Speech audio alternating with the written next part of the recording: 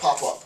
And those who were like him before might convert, right? So it's impossible to maintain this state of affairs. There will always be somebody to kill, right? So the point of the system is that the system is not sustainable. There will always be someone to kill. There will always be someone whose views you don't like, or someone whose views aren't as extreme as yours. And eventually what will end up happening, theoretically, is the only way that this population will unfold in an unnatural sense is the complete eradication of all human beings. It will be to the point where everyone is being killed, and it's just the masked man and some other individual, his right hand man, who was there from the beginning. This is just, to give you an idea. And then he'll say, oh, well, you're not like me. And then he'll kill that guy. Then it'll just be him, and, he'll be sitting at the top of a throne of death, right? So there is no way that this can possibly, conceptually, theoretically, be sustained. I've thought long and hard about how to sustain it. If there's any credibility in it, and it's completely fallacious, it's completely ridiculous, right? So homogeneous societies are fundamentally impossible to attain or maintain, even if you were able to attain it. Persons who feel they are members of the protected population. This guy feels like he's safe. This guy feels like he's safe, right? We'll get rid of this guy for now. So this guy feels like he's safe. I'm like the masked man. I'm like the ruler. I'm like the tyrant. I'm like the masked man. I'm like the ruler. I'm like the tyrant. Well, I'm not, and I don't want to be. Well, let's kill this guy. These guys are like, oh, well, we're safe. We're part of the protected population. So persons who feel like they are members of the protected population need to recognize that they are not, right? Their levels of comfort should be disrupted. So how does this work? These individuals, there's that great scene, and in a second I'm going to talk, well, actually, wait. No, I'm going to talk about the scene in a second. So these people, just sort of generally, before I get specific, these people believe that they share the same social demography as the powers that be, right? Whether it's religious practices, whether it's cultural practices, linguistic practices, whatever. So they know that they're not being targeted. Rather, I take that back. They assume that they're not being targeted because they see themselves in opposition to this perceived threat. They recognize, these individuals recognize, that the masked man, the tyrant, is going to use his power to destroy all of those people who don't espouse the same beliefs that the powers that be have, and they just sit on the sidelines and watch people get slaughtered. So that's generally the idea, right? What you need to do conceptually on a grand scale, and I'll give more specific examples in a little bit, is that outsiders who support it, right? So in the battle of democracy, if you will, democracy versus tyranny, what we need to do is we need to inform these people outside of the state, need to inform these people that persons who feel they are members of protected populations need to recognize that they are not. Their levels of comfort should be disrupted. The reason why you are existing within a society that allows for the destruction of other people is because you feel content. You feel comfortable. External, outside agitators need to be introduced into the society, either physically, their bodies, as like agents or whatever, or the ideas need to be introduced that, hey, you're next up. Because what happens when he kills all of these people? Do you really think that all the slaughter is going to still continue? Because you have a variation of the religious belief, right? It's not exactly like his religious beliefs. So after he finishes killing all these people, then all the people who have a variation of the religious belief will be targeted. Or if he's, this maniacal misogynist, then it might be all the women that will be targeted, or all the people who aren't tall enough, or the people who don't look this way. You can always find a new means of making your ideology, exclusionary ideology, more exclusionary. So much so, it was so ridiculous that in Rwanda, you could talk about the shape of somebody's nose, right?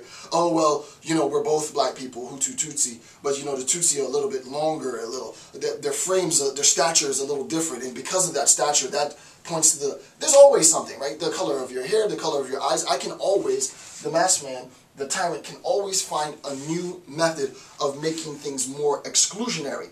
And an individual who was once, and this is what I talk about specifically in the publication that I'm refining right now, is how to transform a citizen, right, into an enemy of the state. And what I do is I go through step by step the process in which citizens are transformed into enemies of the state. So don't get comfortable. Don't think that, oh, you'll never be targeted, because it's on his whim, on the will of the tyrant, that determines your either inclusion or exclusion, right? So this ideology is completely whimsical. It's completely ad hoc, and it's completely up to his will, his particular state of being at any given time. And there is a sense in which we can take ordinary citizens and transform them into enemies of the state, and now you're in trouble. So what outside agitators have to do is constantly remind these individuals, and I'll name these individuals in a second, constantly remind these individuals that, hey, at any moment in time you could be transformed into an enemy of the state, and it's going to be your neck on the chopping block, so don't get comfortable, right? This makes his rule that much more difficult, because what you do by outside agitation is you create a state of internal dissent. And that's the state of affairs. This is what we should be doing nonstop, creating internal dissent within tyrannical regimes. Okay. The disadvantage, however, to this, remember, I'm always going to give the pros and the cons. The disadvantages to this, however, is that, this is 2A on the top of page 31, terrorist organizations are master manipulators, right? They are master manipulators because they direct and control people by giving them the belief, right? They direct and control people by giving them the belief that their beliefs aren't threatening to the organization, right? Don't feel threatened, right? Don't feel threatened. You're with us. You're like us, right? Just, don't interfere when we're trying to kill these people. And the guy says, okay, no problem, right? So they manipulate these individuals until these individuals step out of line or do something that those in power don't like, and then they go through the process of converting that individual, that citizen, into an enemy of the state, right? So terrorist organizers are master manipulators because they direct and control people by giving them the belief that their beliefs aren't threatening to the organization.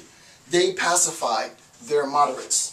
Okay, so now I can use some of the technical language, and the language is known as moderates. And I think the greatest speech ever written on moderates was MLK. Martin Luther King, in his continuing ceaseless discourse on civil disobedience, addresses time and time and time and time and time again at the time who were relevant, and he classified them as the white moderates. Right? It's not the white people per se who are members of the Klan, or the white people per se who are out, burning churches and hanging black folk that are necessarily the threat. We know they're a threat.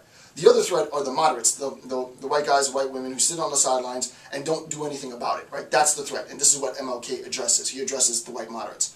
This concept of the moderates is important, and now I'll talk about the scene, the moderates. There's the scene in, Inglourious Basterds. Genius, categorically genius flick. And I forget the guy's name. The guy who won the, his real name is Christoph something. So the character played by Christoph, the Nazi head, and he comes in, I want to say it's like Warren or something.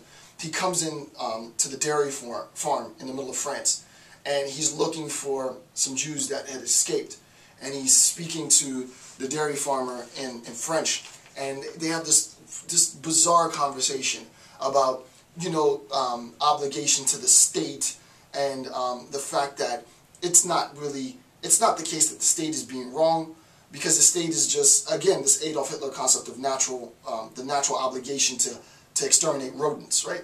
He says something like, if there was a rodent that were scurrying along the floor, then, you wouldn't think twice about killing this rat. We just killed the rat. And of course, all the time, there's a young Jewish family underneath the baseboards hiding. And they get into this amazing, just completely genius scene where it's just perfect, right? The scene is perfect. It's diabolical, but it's perfect. He gives him some milk, he's drinking milk, blah, blah, blah.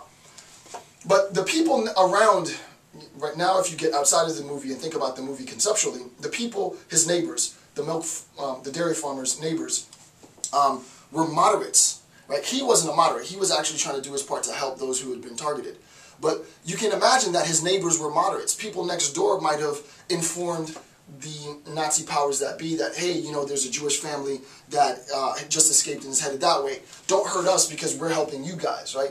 So they cower in the face of power, and in the face of threat, and they're basically being rats, right? You're ratting out your fellow human